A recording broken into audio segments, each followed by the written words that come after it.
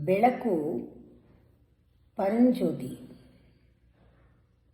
ಅದೇ ಬೆಳಗ್ತಾ ಇದೆ, ಯಾರೂ ಬೆಳಗ್ತಾ ಇಲ್ಲ. ಅದೇ ಸ್ವಯಂ ಜ್ಯೋತಿ.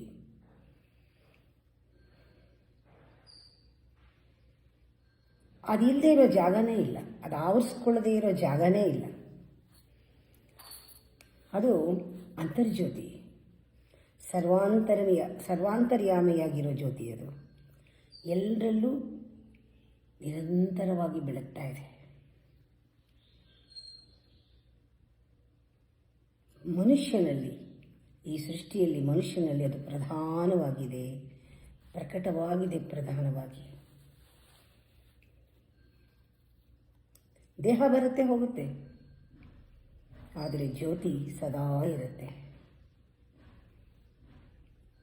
ಅಜ್ಞಾನದಿಂದ ಇದ್ದಾಗ ಮೋಡಗಳು ಕವ್ಕೊಳ್ಳುತ್ತೆ, ಬೆಳಕು ಕಾಣಲ್ಲ, ಕತ್ತಲು ಆವರಿಸ್ಕೊಳ್ಳುತ್ತೆ, ಅಂಧಕಾರ ಕವ್ಕೊಳ್ಳುತ್ತೆ.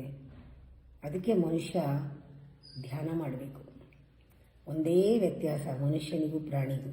ಪ್ರಾಣಿ ಧ್ಯಾನ ಮಾಡಲ್ಲ, ಮಾಡೋಕ್ಕಾಗಲ್ಲ. ಮನುಷ್ಯನಿಗೆ ಮಾಡಬಹುದು, ಅವನು ಮಾಡಿದರೆ ಆ ಬೆಳಕು ಅವನಿಗೆ ಕಾಣಿಸುತ್ತೆ, ಧ್ಯಾನದಲ್ಲಿ ಕಂಡುಕೊಳ್ಬಹುದು. ಅದು ನಿಧಾನವಾಗಿ ಹೊಮ್ಮತ್ತೆ, ಜ್ಞಾನವಾಗಿ ಹೊಮ್ಮತ್ತೆ. ಅದೇ ಬೆಳಕು ವಿವೇಕದಲ್ಲಿ, ಬುದ್ಧಿಯಲ್ಲಿ, ಎಲ್ಲದರಲ್ಲೂ ಕೂಡ ಪ್ರಜ್ವಲಿಸುತ್ತೆ.